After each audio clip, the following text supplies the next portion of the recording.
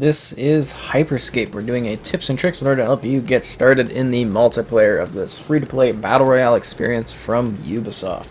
So in this title, you're jumping out from a drop pond at the start of the map. You're either doing that in a group of threes or in solos. There may be additional modes added post-launch. So with that, you can hit about 60% or more of the map off your initial launch. I usually like to hit this building because it's got quite a lot of loot on it. And we'll also have to be careful if other people are nearby. So at the start here, you can actually jump before landing. You get one jump kind of thing after your pod disappears. That's good just to reach a little bit further on a building in case you didn't quite get a roof or something like that and you're trying to reach that spot.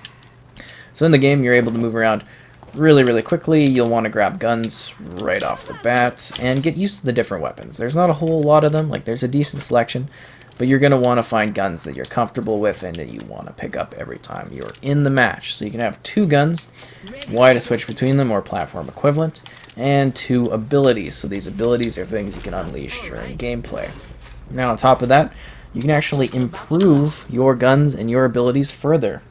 This is a fusing system. See there, we can fuse this gun because we have it, and there's another in front of us, and that's going to increase our mag size that time. And it just kind of makes your weapons a little bit better and gives you a little bit more of an advantage if you are in a situation, you know, where you need to actually have that extra little bit of firepower. It makes all the difference. So if you want to switch your abilities, because you only get two, you can go up to something, hold X, and then you can tap RB or LB, again, platform equivalent, in order to switch to that particular option, which is quite helpful. Another easy wheel for reorganizing things is down on the D-pad. It allows you to either reorder your hacks or reorder your weapons if you'd like to do either or. So that's kind of cool. You also get some emotes. That's right on the D-pad. Again, you can customize these up on the D-pad, left on the D-pad. If that's something you care about, you know that option is present. So again, like guns, it's about finding kind of abilities that you like to use. I like to use teleportation and either the ball ability or the invincibility in order to get away quickly. And again, it's quite personal preference in regards to the types of abilities and weapons you use. I personally like to be able to teleport away fast. It kind of reawakens my Shadowrun-esque days. And I like to also have, you know, that option to kind of be invincible for a second in case you are getting attacked by somebody, because your health goes by so fast in this one. It's unbelievable. We're going to actually let that person get away, though, because we don't want to get in a battle this fast when we don't have really good weapons for it. So there's these, like, kind of shiny door things. You can either smash them or shoot them in order to get inside. You know, it's kind of a nice gameplay balance in order to tell you what buildings you can actually get into. It is kind of annoying because you don't necessarily have, like, a melee quick hit with your gun. You actually need to get your little baton out. And again, holding Y to do that brings it out at any point. You also launch or start with it. And if you're revived, you get to have it as your main thing because you have to pick up guns and abilities again. So the revival system is obviously if you are in groups. You don't have it in solos. Well, I guess not obviously then. But it is a group-based thing where you become like a shadow figure. You have to get to a certain little target spot on the map, and then your team can come and revive you over a few seconds of time. It's very dangerous and hard to do, quite honestly. I don't really like either of these, but that's just the gist of finding weapons and everything on the map. You're also seeing lots of ammo. You should really never run out of ammo in this, but, you know, if you do, there's lots of it on the map, or you can find a different gun, which is helpful too.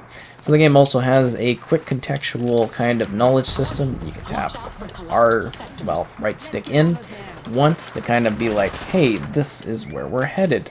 Or you can double tap it and there's kind of like an enemy nearby, so you know you gotta deal with that.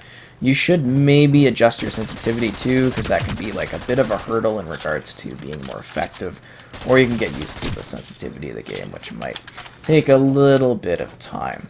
So there's many ways to move around in the map. You can do so on foot. You can also hold B or platform equivalent to do a slide, and you can actually get like a side shooting with your gun to keep on firing while you're doing that. Launch pads are great for reaching new locations. Again, you can pair that with things like teleportation, using a giant ball.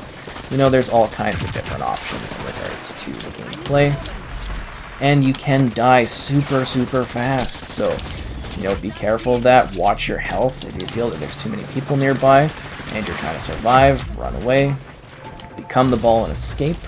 Oh yeah, this is a great time to also mention balls are awesome and hilarious, but that the map kind of breaks apart like other Battle Royale titles. It's not an ominous smoke, it's a sector closing, and you'll see how the map slowly deteriorates as you need to get pushed inwards. And you can see that also on the big map there, so that you are aware of where it goes. And again, the ball is really good for survival and getting away, and also for traversal of the map. It lasts a very long time, and it also recharges very quickly, and even faster if you've upgraded it a little bit further. So it can be a good way to kind of get away. And that's what a lot of this is frantic action in regards to escaping. You're not necessarily pushing to kill folks. You can, but you don't need to. The game also has a sort of crown system at the end of it.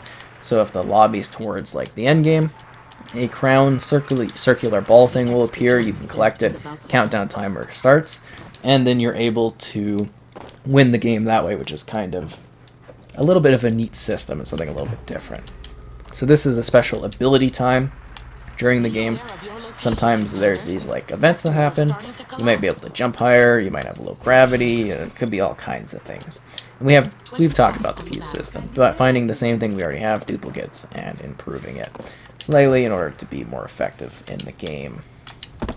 And I'm sorry, I haven't really found the guns I like. I like to use the shotgun and the assault rifle. Those are like my primary weapon tools against other folks. I find them very, very strong. You might have a little bit of a different preference, but I find with the assault rifle you get good kind of shooting from a little bit of a medium distance. Shooting long range isn't the best unless you've got a squad, and shotguns are great for being on home interiors or, you know, tighter spots. They're very helpful. And yes, finding these bigger areas, because there's not a whole lot of buildings you can actually go into, but the ones that are bigger that you can usually are filled with loot. See that on the map. Oh, it's kind of harder now that so many areas have closed off, but some of the main sections, like there's a museum, there's like a cathedral, those places are filled with loot and weapons. And you might get a lot of the same thing, but that's good in this game because you want to improve your skills and abilities. Because you never know what other players are going to be having towards the end game, so you want to get that competitive edge. So you can do hip fire in this one, which is just kind of firing away here. Or you can actually aim it down the sight. I do suggest medium distance, aim down the sight, but if they're close, you know, kind of just blind firing. Well, hip firing is a lot better way of doing things. You can crouch, can't go further than that. As you might have seen while we're playing, there are these chests you can hit that have little bits of loot in them. I think there's an achievement for like breaking 7 of them too, which is not hard to accomplish. And again, changing your skills based on your team is also important, right? So if you've got a squad and you're playing together, you can learn off of each other's abilities and create more of a tight-knit squad in order to handle things a little bit better and having skills that complement one another. If you are trying to escape other players, I do suggest running into these buildings because you can kind of slide down the stairs, and by the time they're able to aim, you're already gone. You can keep sliding as you're escaping. And there's also usually these little side areas where you can quickly jump out of them and reach a new spot, which is super helpful. If you need to get around the map quickly, the rooftops are the absolute best way to do so. It's so easy to get on a roof and kind of dance along a roof and reach new spots. There's also the monorail track, which is helpful. It's a little bit of an extra thing, and you can actually jump in the monorails too if you need a spot to hide, or if you need to get extra resources, because some of them have that in them. But yeah, it's a very, very quick game, so you always need to be moving. If you're comfortable sitting in one spot, I guess that's good, but really the gist of this one is like fast-paced action. Constantly keeping yourself out of the way of fire and putting yourself in a position where you could shoot at other people, because you don't want to get blasted away when you're not paying attention, because that will be very likely the end of you. It's very hard to recover once you're getting shot at, but that's not to say you can't make it away from enemies if they are attacking you. And I'm not running away, I'm just trying to, well, I am running away, but I'm trying to do this video, so it's kind of hard when people are actively killing you along the way. So we're getting closer to the end game, seeing the player count go down in the top right corner. That's kind of your indicator for squads or solos to know what's happening. And you also get your health bar in the bottom left. It's hard to kind of pay attention to, but just think about how it's cutting down based on the enemy shooting at you and what you need to do in order to escape and not die right away. Enemies are also really easy to see because they usually have like a big, you know, red streak behind them. There we go, we got that guy down. And I also don't think it's quite worthwhile to chase people down, but that's totally up to you, because I find people escape a lot in this one, and usually when you do that, you're leaving yourself very vulnerable to you know, enemies kind of coming and getting you. You can also ping on the map if you didn't notice that. Like, you can make pings on the map if you want to do it that way. I guess I should have mentioned that earlier. But I'm generally hoping that this kind of helps you get like some details in regards to being a little bit more efficient at surviving and dealing with others on the map too. You know, it's about picking your moments and getting ready. If you can get a higher sense of verticality in regards to your placement on the map, that's also super helpful. And finding good guns that you like. I really am not huge into the SMG shotgun combo, because I feel like the SMG just doesn't quite give you enough distance, in my opinion. But you know, it's entirely up to you what you want to do with. I'm just suggesting my combos. I love the little rocket salvo too. I think that one's a good little weapon if you can kind of get a handling on it, because you can shoot into buildings where people are hiding. So if you're on the bottom ground, it's kind of hard to jump up, so you should really try your best to stay at least medium of buildings or higher, because it's going to be a big difference in regards to survival. And you can see the map's really shrinking at this point, so we're getting to the top 10, which is by far out of my expectations. I should also mention that for multiplayer, when you die, you get to different zones, so you need to be kind of careful. Oh jeez, I've been revealed. In regards to healing your teammates and being smart when you can actually do that. Getting blasted away. And your health regenerates super fast, so sometimes all you need is to take a few seconds away or hide in a ball, and you get right into the action without, you know, perishing along the way. And you can also shoot out of your ball too. Well, you shoot to leave the ball is an option. This guy just doing circles around here, or did I lose him?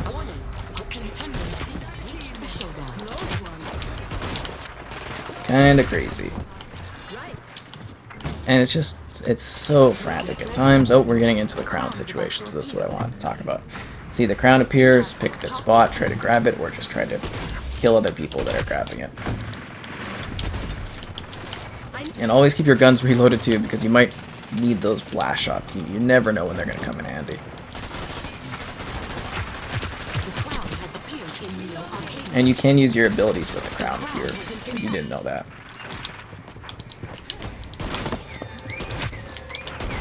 Oh, the wall. But yeah, I hope this was kind of helpful, going over, you know, how to get this started, the movement mechanics and everything like that. Just a lot of like pressing A to climb on things, reaching new heights, blasting other people, and trying to win. But it looks like that guy might actually get a bit of a crown ability, believe it or not, because no one was able to get him. Huh. That's wild. We're actually going to lose based on that. Now somebody gets him. Huh. Anyways, that is Hyper Scape. I hope that helped.